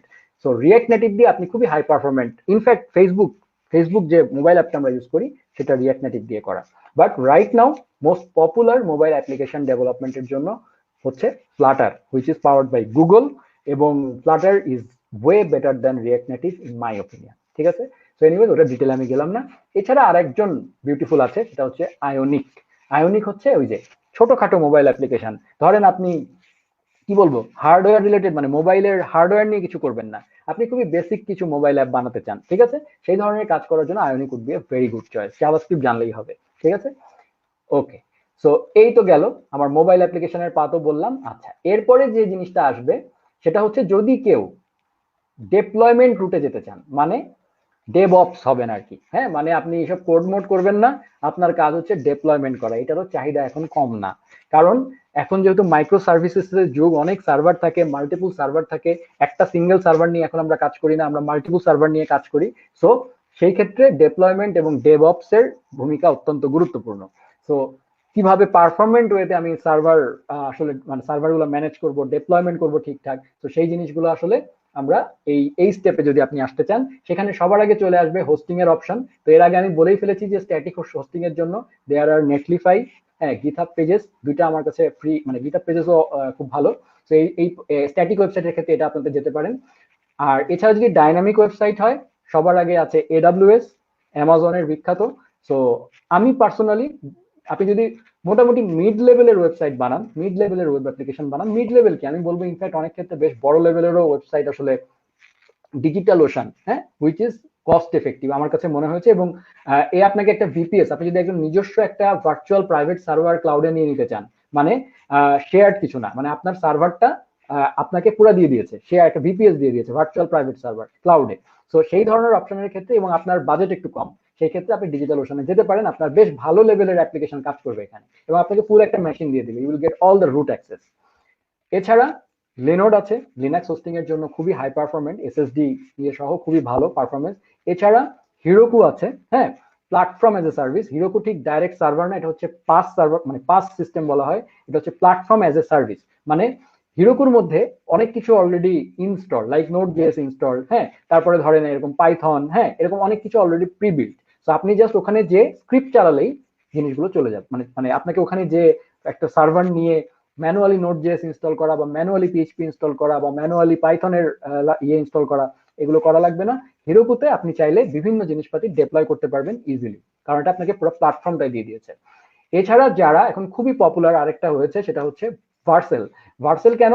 ভার্সেল হচ্ছে এই কারণে যে যারা নেক্সট জেএস, আমি বললাম রিয়াক্ট অত্যন্ত পপুলার, তো যারা নেক্সট জেএস নিয়ে কাজ করেন তাদের তাদের আসলে এখন নেক্সট জেএস ডেভেলপারের সংখ্যা অনেক বেশি। সো যার কারণে প্রচুর ওয়েবসাইট, নেক্সট জেএস এর যে প্যারেন্ট কোম্পানি তারা হচ্ছে ভার্সেল, তাদেরই হোস্টিংটা হচ্ছে ভার্সেল। সো এই ভার্সেল খুবই হাই পারফরমেন্ট ওয়েতে রিয়াক্ট ওয়েবসাইট হোস্ট করে, এবং তারা আসলে স্পেশালাইজড ফর রিয়াক্ট, ঠিক আছে, এই নেক্সট জেএস প্রজেক্ট, যার কারণে এই হোস্টিংটা এখন বেশ পপুলার। সো যারা নেক্সট জেএস এ কাজ করবেন তারা ভার্সেল রুটে যেতে পারেন। এছাড়া মাইক্রোসফটের অ্যাজুর তো আছেই, গুগল ক্লাউড আছে, মানে আমার কাছে খুবই কমপ্লেক্স লাগে এগুলো, আমি কখনো ইউজ করি না গুগল ক্লাউড, আমি দু একবার ইউজ করেছি লাইফে, বাট প্যারা খেয়েছি। আর ভার্সেল, ও ভার্সেলের কথা তো অলরেডি বলে ফেলেছি, দুইবার লিখে ফেলেছি, সরি। সো এই তো, সো তাহলে আমাদের মোটামুটি এই জিনিসগুলো হয়ে গেল দেখানো। এছাড়া আমি লাস্ট আরেকটা জিনিস বলবো, যে আপনি দেখেন এখানে আরেকটা আমি রেখেছি, যে আপনি যে রুটেই যান না কেন, যে পাথেই আপনি যান না কেন, আপনার কয়েকটা বেসিক জিনিস আগে জেনে নিতে হবে। এটা হচ্ছে বলতে পারেন কি বলবো, এবিসিডি আর কি, হ্যাঁ, ওয়েবের এবিসিডি। সেগুলো হচ্ছে কি কি, কিভাবে ইন্টারনেট কাজ করে, ব্রাউজার কি জিনিস, এইসব জিনিসপাতিগুলো আপনাকে জানতে হবে। বেসিক টার্মিনাল ইউজ, মানে আপনি একটা টার্মিনাল খুলে সেখানে কিভাবে কমান্ড লিখতে হয়, এই জিনিসগুলো জানতে হবে। এসএসএইচ, হ্যাঁ, সিকিউর শেল যেটা, হ্যাঁ, তো একটা এসএসএইচ দিয়ে কিভাবে আরেকটা সার্ভারে কিভাবে লগ ইন করা যায়, এইসব জিনিসগুলো জানতে হবে। গিট এবং গিটহাবের ইউজেস জানতে হবে, হ্যাঁ, এইসব জিনিস সম্পর্কে মোটামুটি আমি আমার চ্যানেলে বেশ কিছু ভিডিও দেই মাঝে মাঝে, সেটা ফলো করতে পারেন। সো এছাড়া ইন্টারনেটে সার্চ দিলে প্রচুর টিউটোরিয়াল পাবেন, এবং খুবই বিখ্যাত বিখ্যাত কিছু ইউটিউব চ্যানেল আছে, like Traversy Media, like Net Ninja, তাদের তাদের ইয়েতে গেলে আপনারা এগুলা ইজি, একদম তারা খুব সুন্দর করে শিখিয়ে দিয়েছে। সো এই তো। আর এছাড়া ব্রাউজার যখন আপনি ইউজ করবেন, ব্রাউজারের ডেভেলপার টুল কিভাবে ইউজ করতে হয় সেটা আপনারা দেখতে পারেন, মানে সেটা অবশ্যই জানতে হবে। এবং ব্রাউজার হিসাবে ডেফিনেটলি একজন ওয়েব ডেভেলপারের জন্য বেস্ট চয়েস হচ্ছে ক্রোম, হ্যাঁ। এছাড়া ডোমেন নেম, ডিএনএস বেসিক, আপনি যেহেতু একটা স্ট্যাটিক ওয়েবসাইটে যদি আপনাকে সার্ভারে হোস্ট করতে হয়, তাহলে অ্যাটলিস্ট আপনাকে ডোমেন নেম সম্পর্কে জানতে হবে, যে একটা ওয়েবসাইট হোস্ট করে দিলাম, একটা সার্টেন ডোমেনে কিভাবে পয়েন্ট করবেন, এইসব বেসিক জিনিসগুলো জানতে হবে, হ্যাঁ, উইচ আর মানে এগুলো কোনো কঠিন জিনিস না, রকেট সায়েন্স না, একদম সিম্পল। এছাড়া আপনি যদি একটা ওয়েবসাইট মানে ফ্রন্ট এন্ড হতে চান, তাহলে আপনি যদি মানে ইউজার ইন্টারফেসও বানাতে চান, সেই ক্ষেত্রে আপনাকে বেসিক কিছু ফটোশপ স্কিল প্রয়োজন হবে। যেমন ধরেন আপনার একটা ওয়েবসাইটে একটা ছবি চেঞ্জ করবেন, আপনি কি 2 দিন বসে থাকবেন আপনার ডিজাইনারের জন্য? ধরেন ছোট্ট একটু করে কাটতে হবে। তো এই টাইপের কাজগুলো নিজেরা করে ফেলাই ভালো। তো সেই জন্য আমি বলবো টুকটাক ফটোশপ স্কিল, এছাড়া Adobe XD, Sketch এগুলো নিয়ে টুকটাক জানলে ভালো। আচ্ছা, আর এডিটর হিসাবে অনেকগুলো অপশন আছে, বাট ডেফিনেটলি এখন সবচেয়ে প্রেফারেবল ওয়েব ডেভেলপারের জন্য VS কোড, আনডাউটেডলি। সো এছাড়া এর আগে সাবলাইম টেক্সট ছিল, অ্যাটম ছিল, ভিম ছিল। তো যেদিকেই যান না কেন, আমি পার্সোনালি VS কোড প্রেফার করব। সো আপনারা যেটা চয়েস করেন, যেটা আপনাদের ভালো লাগে। সো এই ছিল মোটামুটি আমার ওয়েব ডেভেলপমেন্ট রোড ম্যাপ নিয়ে আমার টোটাল প্রেজেন্টেশনটা। সো এখন আমি কোশ্চেন নিব। সো আশা করি আপনাদের কোনো কোশ্চেন থাকলে আমাকে আস্ক করবেন। Thank you.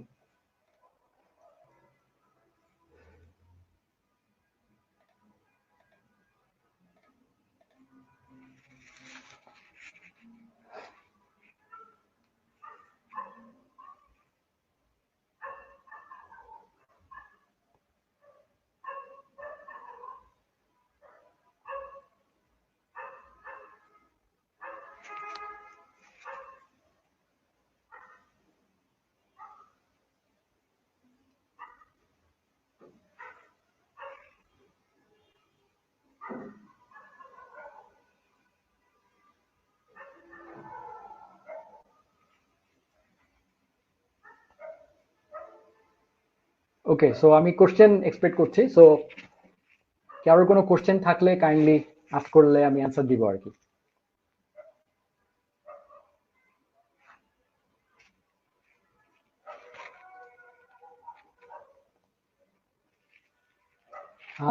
মাহমুদ হাসান রাব্বি লিখেছো, as a beginner how should I start? Okay, so how should I start সেটাই তো আমি আসলে বললাম আজকে। হ্যাঁ, সো আজকে যে রোড ম্যাপটা দেখালাম সেটা কিন্তু স্টার্ট করার ওয়েটাই। So how should I start যদি আমি তারপরও আরেকবার বলি, সেটা হচ্ছে তোমাকে সবার আগে HTML শিখতে হবে, HTML CSS এগুলো শিখতে হবে। এছাড়া বেসিক যে জিনিসগুলো বললাম, যে পাথেই যাও না কেন ব্রাউজার কিভাবে কাজ করে, টুকটাক জিনিসগুলো। সো তুমি সিম্পলি চোখ বন্ধ করে W3 স্কুলসে চলে যাও। আমার এই ওয়েব অ্যাপ, মানে এই রোড ম্যাপটা, সেইটার লিংক আমি এখনই ডেসক্রিপশনে দিয়ে দিচ্ছি। আমি আমার স্ট্রিম ইয়েদেরকে, স্কিল হাব টিমকে। সো তারা অলরেডি ফেসবুকে শেয়ার করে দিবে। সো জাস্ট, আচ্ছা, I already no HTML CSS। So HTML CSS যদি জানো তাহলে জাভাস্ক্রিপ্ট জানতে হবে। চোখ বন্ধ করে জাভাস্ক্রিপ্ট শেখা শুরু করো। সেটার জন্য আমার সাজেশন থাকবে W3 স্কুলস। W3 স্কুলস থেকে বেসিক সিনট্যাক্স গুলো শিখে নিয়ে তারপরে অ্যাডভান্স জাভাস্ক্রিপ্টের দিকে যাবা। এই, আচ্ছা, আসাদুজ্জামান সোহেল, তুমি কোশ্চেন করেছো রিয়্যাক্টের কোন কোন টপিক শেখা উচিত? রিডাক্স শেখা উচিত স্টেট ম্যানেজমেন্টের জন্য, মানে হয়তো কোশ্চেন করেছো যে রিডাক্স কি শেখা উচিত কিনা। আচ্ছা, সো প্রথম কথা হচ্ছে, প্রথম কোশ্চেন দিই যে রিয়্যাক্টের কোন কোন টপিক শেখা উচিত। রিয়্যাক্টের কোন কোন টপিক বলতে, যদি ভালো ওয়েব ডেভেলপার হতে চাও সবগুলো টপিকই শেখা লাগবে। সো কিছু টপিকের নাম আমি অলরেডি আমার রোড ম্যাপে দিয়েছি। যেমন আমি যদি আরেকবার খুলি, আমি আমি আচ্ছা খুলছি না, আমি আমি দেখে দেখে বলছি। সো আমি যখন রিয়্যাক্ট রোড ম্যাপের কথা বলেছি, আমার রোড ম্যাপ অনুযায়ী যদি আমি যাই, সেখানে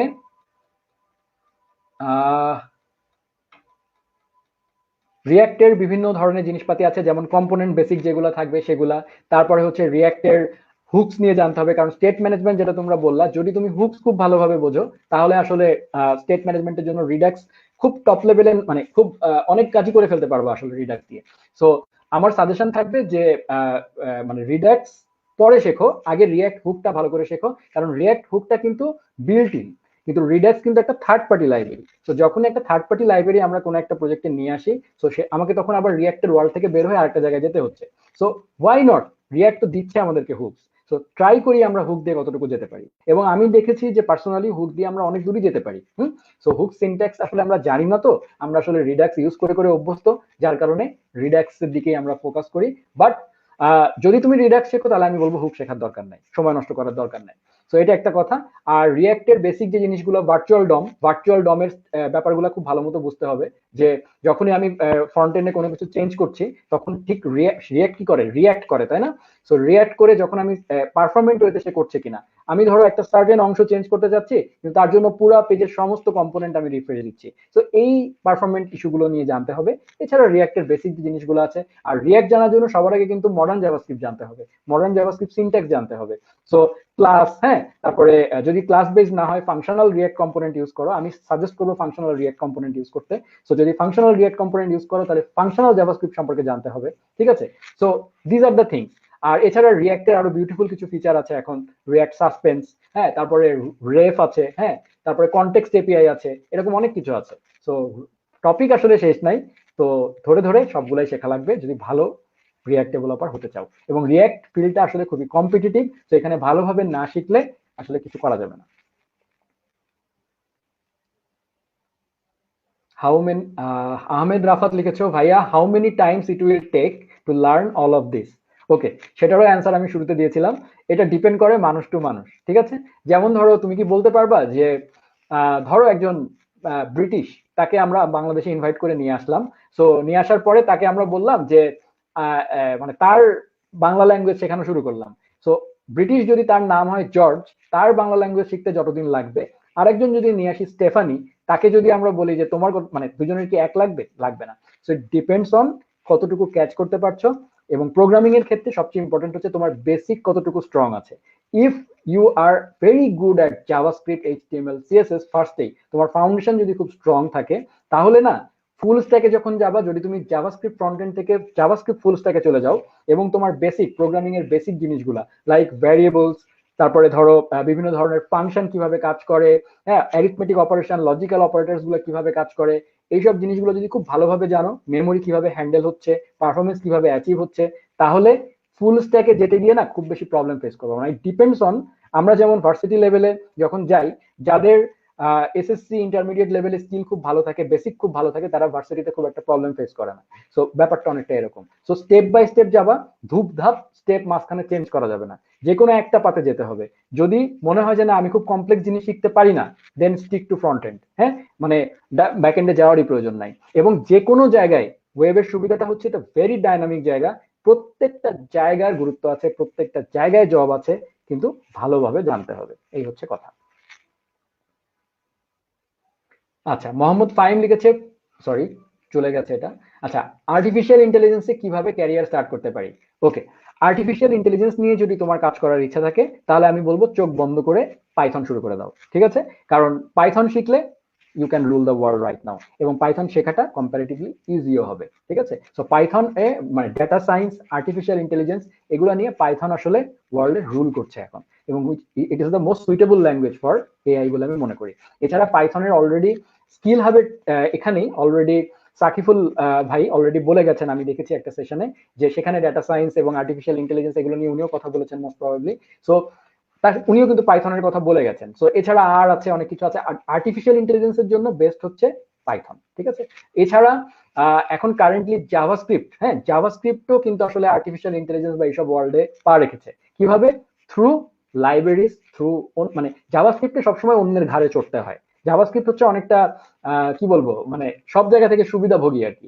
যেমন টেনসর ফ্লো নামে খুবই পপুলার একটা ইয়ে আছে, মানে বিভিন্ন ধরনের এআই রিলেটেড কাজ করার জন্য। তো টেনসর ফ্লোর এখন জেএস লাইব্রেরি আছে, ঠিক আছে? তো টেনসর ফ্লো জেএস দিয়ে আমরা মেশিন লার্নিং, এআই রিলেটেড কাজ কিন্তু করতে পারি, মডেলিং, হ্যাঁ, এই ধরনের কাজও করতে পারি, ঠিক আছে? সো যদি আর্টিফিশিয়াল ইন্টেলিজেন্স নিয়ে কাজ করতে হয়, স্টিক টু পাইথন, অর জাভাস্ক্রিপ্টও হতে পারে, but I would suggest for Python. আচ্ছা, মাহবুব হাসান হীরা তুমি লিখেছো, ভাইয়া আমি সিম্পল মার্ন স্ট্যাক পারি, এখন আমার কি করা উচিত? ইন্টার্নে যাব নাকি আরো অ্যাডভান্স শিখে তারপর ইন্টার্নাল জব খুঁজবো? আচ্ছা, এটাও ডিপেন্ড করবে তুমি কতটুকু আসলে মার্ন স্ট্যাক পারো তার উপরে। কারণ মানে পারার ডেফিনেশনটা আসলে তো তুমি দিচ্ছ। এখন এটা আসলে জাজ করবে হচ্ছে তোমার যিনি তোমাকে জব দিবে, যিনি ইন্টার্নে জব দিবে। ইন্টার্নে জব দিতে গেলেও তিনি নিশ্চয়ই তোমাকে ভেরিফাই করে নেবে যে তুমি কতটুকু জানো। সো যদি তুমি ওই জায়গাটা পাস করে আসতে পারো, definitely you can join. Because professional ফিল্ডে জয়েন করলে না অনেক কিছু শেখা যায় সিস্টেমের মধ্যে, হ্যাঁ, যে জিনিসটা ঘরে বসে অনেক সময় শেখা যায় না, এটা আমি পার্সোনালি বিলিভ করি। আমার নিজের পার্সোনাল এক্সপিরিয়েন্স থেকে আমি বলছি যে পোর খেতে খেতে, ধাক্কা খেতে খেতে 12 বছর ধরে আজকে এই জায়গাটায় আসছি। সো মানে একটা সময় কিছুই বুঝতাম না। সো আস্তে আস্তে কিন্তু প্রফেশনাল লাইফই কিন্তু আমাকে আসলে বাধ্য করেছে অনেক কিছু শিখতে। সো তুমি যেহেতু অলরেডি মার্ন স্ট্যাক যেহেতু একটা যদি বেসিক লেভেলও পারো, তাও আমি বলবো you should search for intern job, it's a very good choice. সেটা করে কিন্তু অ্যাডভান্স শিখতে হবে ভাইয়া, নাহলে কিন্তু ওখানেই পড়ে থাকবা, আর ইন্টার্নশিপ পিরিয়ড শেষ হলে তোমাকে আসলে এক্সটেন্ড করবে না। এটা হচ্ছে আমার সাজেশন। সো ডেফিনেটলি অ্যাডভান্সে যাওয়া উচিত। আচ্ছা, তৌহিদ লিখেছো, I want to know the difference between Node JS and Django. আচ্ছা, সো নোড জেএস হচ্ছে একটা জাভাস্ক্রিপ্ট রান টাইম। মানে জাভাস্ক্রিপ্ট যখন ব্রাউজারে কাজ করে, হ্যাঁ, তখন ব্রাউজার হচ্ছে জাভাস্ক্রিপ্টের রান টাইম, মানে জাভাস্ক্রিপ্ট যে জায়গাটায় রান করছে। আর নোড জেএস হচ্ছে সার্ভারে যখন চলে, সেটার রান টাইম, মানে সার্ভারও আমি বলবো না, মেশিন বলবো, কারণ সার্ভার তো ইনফ্যাক্ট একটা মেশিনই। সো নোড.জেএস হচ্ছে কি করে, নোড.জেএস কোনো প্রোগ্রামিং ল্যাঙ্গুয়েজ না, এটা হচ্ছে একটা জাভাস্ক্রিপ্ট রান টাইম, যেখানে জাভাস্ক্রিপ্ট রান করতে পারে। সো যখনই নোড.জেএস জিনিসটা মেশিনে কাজ করে, যার কারণে আমরা সার্ভার তো একটা মেশিনই, তো সার্ভারেও আমরা নোড.জেএস ইউজ করে আমরা বিভিন্ন ধরনের মেশিন রিলেটেড অপারেশন, লাইক মেশিনের ফাইল সিস্টেম থেকে ফাইল পড়া, বা ধরো কি বলবো, মানে মেশিনের অন্য কোনো কাজ করা, লাইক নেটওয়ার্ক অ্যাক্সেস করা, হ্যাঁ, রিকোয়েস্ট পাঠানো, রিকোয়েস্ট আদান প্রদান করা, এই ধরনের কাজগুলো আমরা কি বলবো ওই নোড.জেএস দিয়ে করতে পারি। আর জ্যাঙ্গো হচ্ছে আরেকটা প্রোগ্রামিং ল্যাঙ্গুয়েজের একটা ফ্রেমওয়ার্ক। জ্যাঙ্গো কিন্তু কোনো রান টাইম না, জ্যাঙ্গো হচ্ছে একটা ফ্রেমওয়ার্ক। লাইক যদি আমি বলি, লারাভেল হচ্ছে পিএইচপির একটা ফ্রেমওয়ার্ক, সো জ্যাঙ্গো হচ্ছে পাইথনের একটা ফ্রেমওয়ার্ক। সো পাইথনের একটা ওয়েব অ্যাপ্লিকেশন বানানোর জন্য একটা ফ্রেমওয়ার্ক, হ্যাঁ। সো এটা দিয়ে মানে খুবই পাওয়ারফুল, পাইথনের একদম কি বলবো মানে বাই ডিফল্ট ফ্রেমওয়ার্ক আর কি পাইথনের জ্যাঙ্গো। এছাড়া ফ্লাস্ক আছে। সো এই হচ্ছে নোড.জেএস এর সাথে জ্যাঙ্গোর ডিফারেন্স আর কি, মানে তুলনাই হয় না আর কি, কারণ দুটা ল্যাঙ্গুয়েজ থেকে এসছে। আর পারফরমেন্স বা অন্যান্য জিনিস নিয়ে যদি কথা বলো, কেউই কারোর থেকে কম না আর কি। এই আচ্ছা, রিয়াসাত রাফিও লিখেছো, after learning React JS which one I should learn first, next JS or Gatsby? Okay, so after learning React JS, এখানেও প্রশ্ন আসছে যে রিয়াক্ট জেএস কতটুকু শিখেছো। সো এনিওয়েজ, রিয়াক্ট জেএস যদি তুমি বেসিক লেভেলেও শিখে থাকো, সবকিছু জানো রিয়াক্ট জেএস এর মোটামুটি, তাহলে এবার তোমাকে চুজ করতে হবে তুমি আসলে মানে কোন ধরনের রেন্ডারিং করবা। তুমি যেহেতু রিয়াক্ট জেএস জানো, তাহলে আমি ধরে নিচ্ছি তুমি রেন্ডারিং মানে জানো। সো রেন্ডারিং যদি তুমি তুমি যদি এমন ওয়েবসাইট বানাতে চাও যেটার এসইও প্রয়োজন, মানে সার্চ ইঞ্জিন অপটিমাইজেশন প্রয়োজন, হ্যাঁ, তাহলে definitely you should go to Next JS. কারণ নেক্সট জেএস এ তুমি সার্ভার সাইড রেন্ডারিং করতে পারবা, মানে ইউ ক্যান কন্ট্রোল এসইও। তুমি ক্লায়েন্ট সাইড রেন্ডারিং করতে পারবা, লাইক গ্যাটসবি। আর এছাড়া তুমি চাইলে আরেকটা আছে, সেটা হচ্ছে স্ট্যাটিক সাইট জেনারেশন, সেটাও তুমি করতে পারবা next JS A. So next JS is A complete solution, whereas Gatsby is actually focused on already client side, মানে স্ট্যাটিক সাইট জেনারেশন। মানে আমি সবকিছু স্ট্যাটিক্যালি, মানে আমার সবকিছু মানে খুবই হাই পারফরমেন্ট, এটা ঠিক, খুব ধূপধাপ সাইট চলে আসবে, কিন্তু সাইট যদি বেশি ডাইনামিক হয়, খুব ফ্রিকুয়েন্টলি চেঞ্জ হয়, তাহলে I would definitely not suggest Gatsby. But Gatsby is a very good one. এবং গ্যাটসবি মূলত হচ্ছে একটা যে লাইব্রেরিটা, সেটা বেসিক্যালি আসলে কি বলবো, মানে বেশ বেশ পপুলার হয়েছে এখন, কমিউনিটিও বেশ বড় হয়েছে, but highly plug in dependent, প্রচুর প্লাগ ইন ইনস্টল করতে হয়। রাদার নেক্সট জেএস অনেক কিছু বিল্ট ইন অলরেডি থাকে। এই তো।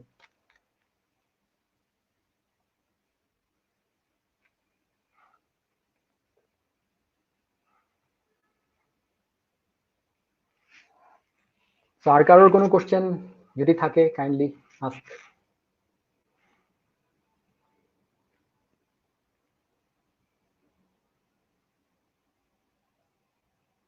আচ্ছা, শাহিনুল হক লিখেছো, দাদা which are the right way or sources that I can learn more in depth MERN, have you plan to do something on your glorious channel for MERN? Well, actually আমার MERN মানে কি, মার্নের টোটাল ফর্ম হচ্ছে Mongo, Express, React, আর একটা হচ্ছে নোড.জেএস, right? So আমি আসলে ভেঙে ভেঙে করাচ্ছি, মানে এটা তো চারটা জিনিস। মঙ্গো হচ্ছে ডেটাবেস, এক্সপ্রেস হচ্ছে নোডের একটা ফ্রেমওয়ার্ক, মানে ইআরএন অলমোস্ট সেম, আর আর হচ্ছে রিয়াক্ট। সো রিয়াক্ট নিয়ে আমার চ্যানেলে অলরেডি একটা ক্র্যাশ কোর্স আছে, সো ওটা দিয়ে আমি রিয়াক্টের বেসিকটা কভার করেছিলাম মোটামুটি, বাট সামনে আমি রিয়াক্ট আস্তে আস্তে শেখানো শুরু করবো সিরিজ অনুযায়ী। বাট আমি তো আসলে প্রফেশনাল টিচার না, আমি খুবই ফ্রি টাইমে আসলে কন্টেন্ট প্রোভাইড করি, যার কারণে আমার কন্টেন্ট খুব দেরিতে আসে। বাট আমি চেষ্টা করি যেটুকু শেখাচ্ছি খুব ভালোভাবে শেখাতে। সো এন এর যেটা তুমি বললা নোড, সেই নোড নিয়ে আমার চ্যানেলে খুঁজলে অলরেডি পাবা যে আমি অলরেডি আমার নোড.জেএস এর একটা রানিং সিরিজ চলছে, এবং সেখানে আমি নোড.জেএস দিয়ে শুরু করেছি, ইনডেপথ নোড.জেএস শিখাচ্ছি, খুব তাড়াতাড়ি আমি এক্সপ্রেস জেএস শেখানো শুরু করব। So covered. আর হচ্ছে আমার ক্র্যাশ কোর্স থেকে তুমি দেখতে পারো। আর এম যেটা মঙ্গো, হ্যাঁ, সেটা নিয়েও আমি মানে নোড.জেএস শেখানোর পরে আমি ডেফিনেটলি শেখাবো। তো যখন এই চারটা এক জায়গায় করব, তখন আসলে মার্ন হবে। ওকে, এই তো। আচ্ছা, নিলয় জিজ্ঞেস করেছো জাভাস্ক্রিপ্ট, নোড.জেএস এবং এসকিউএল এর জন্য কোন বই ফলো করতে পারি। আচ্ছা, সো বইয়ের ব্যাপারে আমি পার্সোনালি আমি নিজেও খুব বেশি একটা জানি না, কারণ আমি নিজেও খুব বই প্রোগ্রামিং এর জন্য বই কম পড়েছি। কারণ এখন একটা সময় পড়েছি আমরা, যখন আমরা যখন আমাদের একাডেমিক লাইফে ছিলাম, তখন আমি পড়েছি। বাট প্রোগ্রামিং এর জন্য নর্মালি ওয়েব রিসোর্সেস ইউজ করা হয়, এবং সবাই ভিডিও কন্টেন্ট প্রেফার করে, আমিও সেটাই বলবো। বাট যদি তুমি এক্স্যাক্টলি বইয়ের কথা বলো, তাহলে বাংলায় যদি বলো, বাংলাদেশে বেশ কিছু জাভাস্ক্রিপ্টের উপরে বা এরকম প্রোগ্রামিং করে নোড.জেএস এর আমি ঠিক জানি না, বাট জাভাস্ক্রিপ্টের কিছু বই আছে। হ্যাঁ, লাইক জুনায়েদ ভাইয়ের একটা খুব পপুলার জাভাস্ক্রিপ্টের একটা বই আছে। এছাড়া আমি যতটুকু জানি ঝাঙ্কার ভাইয়ের থাকতে পারে, কারণ ঝাঙ্কার ভাই তো আসলে অনেক কিছু নিয়ে বই লিখেছেন, তো তারও থাকতে পারে। আর এসকিউএল এর জন্য আমার আসলে বই, বাংলা বই বা ওইভাবে জানা নাই, বাট যদি আমি জানতে পারি আমি কমেন্ট সেকশনে প্লিজ একটা কমেন্ট করবো, আমি লাইভ শেষ হলে আমি খুঁজে দরকার হলে মানে রিপ্লাই দিয়ে দিব আর কি।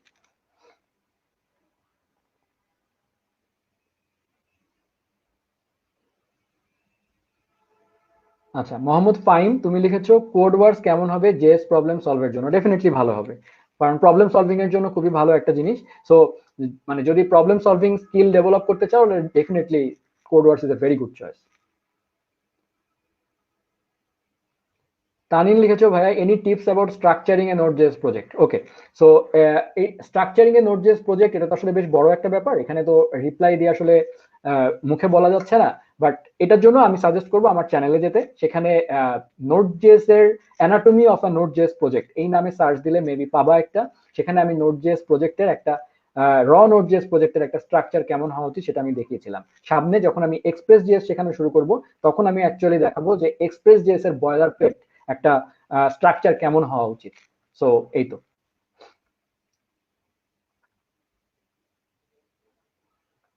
আচ্ছা, জয় লিখেছো ভাইয়া please tell about algorithm and data structure for entry level developers, how much knowledge company want? আচ্ছা, সো ভেরি গুড কোশ্চেন, কারণ অ্যালগোরিদম এবং ডেটা স্ট্রাকচার এই জায়গাটা মূলত খুবই স্কিলের একটা ব্যাপার। মানে যারা প্রোগ্রামিং কে আসলে মানে ধারণ করে, হ্যাঁ, মানে প্রোগ্রামিং এর একদম রুট থেকে শিখতে চায়, তারা আসলে অ্যালগোরিদম এবং ডেটা স্ট্রাকচার শিখে, এবং এটা is kind of a academic concept. হ্যাঁ, তো আমাদের কম্পিউটার সায়েন্স কোর্স, মানে আমাদের যে একাডেমিক যে প্রোগ্রাম গুলো থাকে আমাদের ইউনিভার্সিটিতে, সেখানে শেখানো হয় ডেটা স্ট্রাকচার, অ্যালগোরিদম। সো খুবই ইম্পর্টেন্ট। এবং ডেটা স্ট্রাকচার এবং অ্যালগোরিদম ভালোভাবে জানা থাকলে যে কোনো প্রোগ্রামিং ল্যাঙ্গুয়েজে আসলে অনেক সুবিধা হয়। বিশেষ করে গো এর কথা বললাম, হ্যাঁ, তারপরে পাইথন বলো বা যেটাই বলো, ডেটা স্ট্রাকচার ইজ মানে খুবই খুবই ইম্পর্টেন্ট একটা জিনিস। সো যে কোনো কোম্পানি যারা মানে বাংলাদেশের কথা আমি বলবো না, বাংলাদেশে কতটুকু ডেটা স্ট্রাকচার নিয়ে কোশ্চেন করে, আমি কোশ্চেন করে অনেক টপ, মানে এটা ডিপেন্ড করে ইন্টারভিউয়ারের উপর। বাট যদি বাইরের কথা বলি, প্রত্যেকটা বড় বড় কোম্পানি অ্যালগোরিদম এবং ডাটা স্ট্রাকচারের উপর ইন্টারভিউতে সবচেয়ে বেশি ইম্পর্টেন্স দেয়। সো অ্যালগোরিদম এবং ডাটা স্ট্রাকচারের উপরে যদি খুব ভালো প্রোগ্রামার হতে চাও, ডেফিনেটলি সময় দেওয়া উচিত।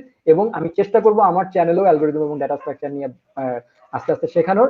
এছাড়া অ্যালগোরিদম এবং ডাটা স্ট্রাকচারে ইউটিউবে প্রচুর ভালো ভালো চ্যানেল আছে যেখানে অ্যালগোরিদম এবং ডাটা স্ট্রাকচার শেখানো হয়। কিছু ইন্ডিয়ান চ্যানেল আছে, হ্যাঁ, যদি একটু একটু হিন্দি বুঝতে পারো তাহলে খুব বিউটিফুল কিছু চ্যানেল আছে, আমি কমেন্ট দিলে আমি রিপ্লাই দিয়ে দিব। তো ওইগুলো চ্যানেলে সার্চ করলেও খুব ভালো ভালো ডেটা স্ট্রাকচার এবং অ্যালগোরিদমের সিরিজ পাবা একদম ফ্রি অফ কস্ট।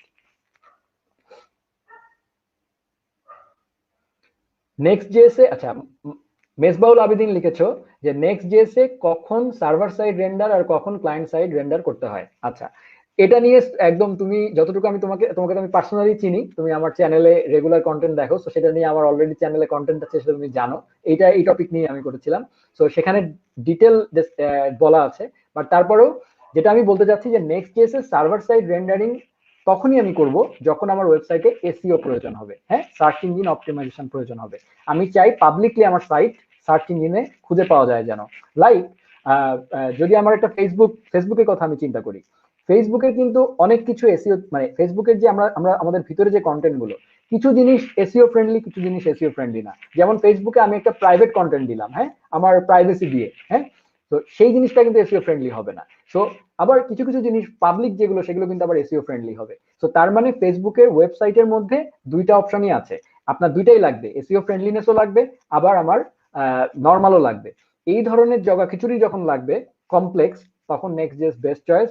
যে অংশটুকু তোমার সার্চ ইঞ্জিন অপটিমাইজেশন করার প্রয়োজন নাই, যেটা ব্যাক এন্ডে আছে, সেই জিনিসটাকে তুমি নর্মালি রিয়াক্টের যে ক্লায়েন্ট সাইড রেন্ডারিং সেটা দিয়েই করতে পারো, এপিআই কল করে করে। আর যদি তোমাকে ইয়ে করতে হয়, সার্ভার মানে কি বলবো, মানে এসইও করতে হয়, তাহলে ডেফিনেটলি তোমাকে সার্ভার সাইড রেন্ডারিং করে আসতে হবে। ঠিক আছে, so that's why Next JS is a good choice. গ্যাটসবিতে এই জগা খিচুড়িটা করা যায় না আর কি।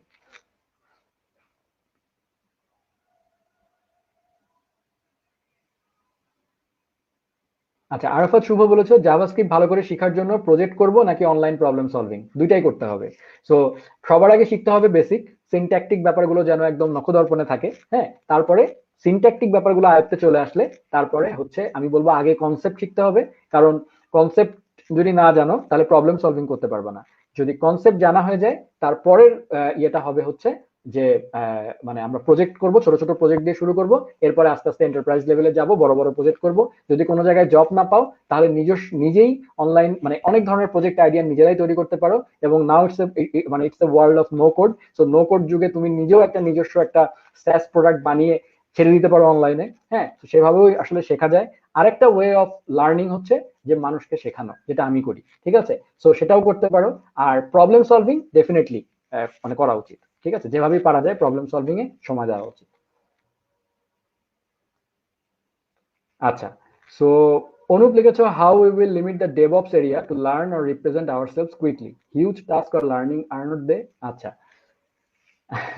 Area to learn represent ourselves quickly. আচ্ছা, সো এটা আসলে মানে কি বলবো, মানে ডেভঅপস এরিয়া তো আসলে কি বলবো, এটা তো স্কিলের একটা ব্যাপার। এটাও আসলে আমি আপনারা যেটা মনে করছেন যেটা কি বলবো খুব তাড়াতাড়ি শেখা যায় তা কিন্তু না। ডেভঅপস এ কিন্তু এখন প্রচুর কাজ করতে হয় ডেভঅপস এরকে।